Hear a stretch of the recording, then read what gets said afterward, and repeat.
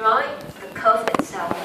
Okay, so when we do ISLM, it's not just there's a curve.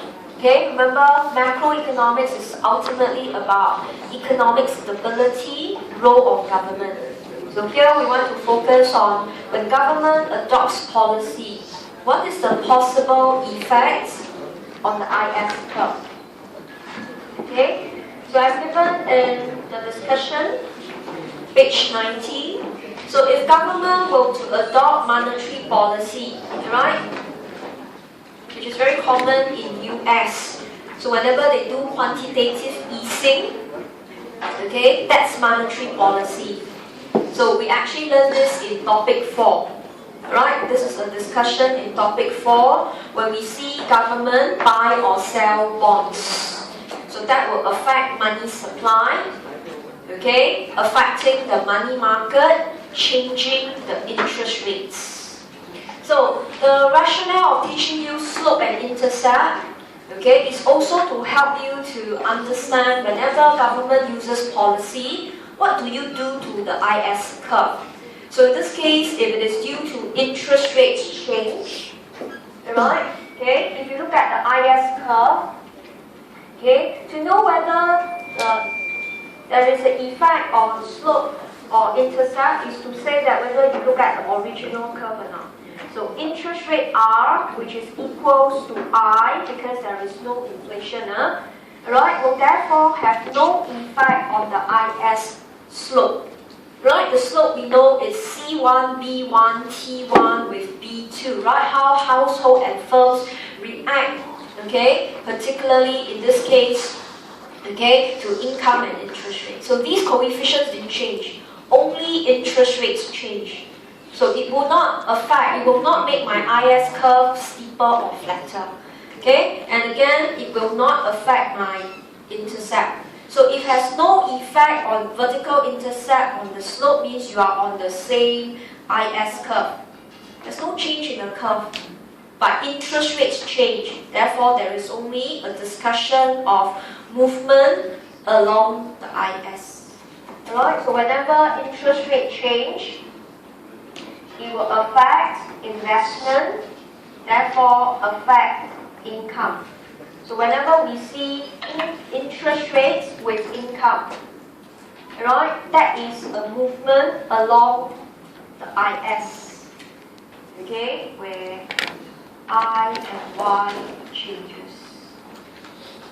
So this is just a mathematical method for you to check, alright, okay, because the IS equation is more complicated. So we cannot just memorize the equation, we must use the curve itself. So in general, whenever government exercise monetary policy, okay, it means government buy or sell bonds to change interest rate. Since there's no effect on the slope and intercept of the given IS curve, you're using it. Therefore, it is a movement where you see how interest rates affect income. But whenever government uses fiscal policy all over the world, Japan, Singapore, everywhere, right, it's talking about G bar and your T. Okay? So whenever we want to do fiscal policy, we cannot jump to conclusion like monetary policy. We have to split into G and T. So if it is government spending, so in this case it would be your G bar. Okay? By now you should know it doesn't affect the slope, right, of the IS curve, but it will affect the intercept.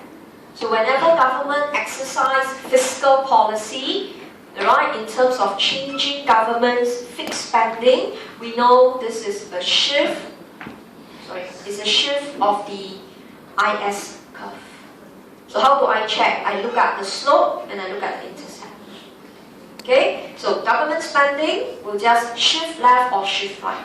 Okay, but if we look at taxes, we must be very careful. And this is examiner's favorite question. This is what I have included in tutorial 3. Government like to switch between taxes and there will be an impact. Right? So if it is taxes, we must consider whether it's lump sum tax or is it proportional tax. So we know if it is lump sum, it doesn't affect the slope. but it will affect the intercept. So government, alright, when she uses fiscal policy, specifically changing lump sum tax, we will shift the IS. Okay, but if government, right, will to change proportional tax, then we will discuss a change in the slope. Okay, no effect, but movement. Alright, and we will compare outcome on income. Alright, so this is just a quick summary to show you my slope and intercept is not just used to draw the curve, it's also used to tell me when government exercise policy. Alright, I can use to check, should I shift the curve or should I change the slope? Okay, so therefore one glance through, it's always tough to do proportional tax.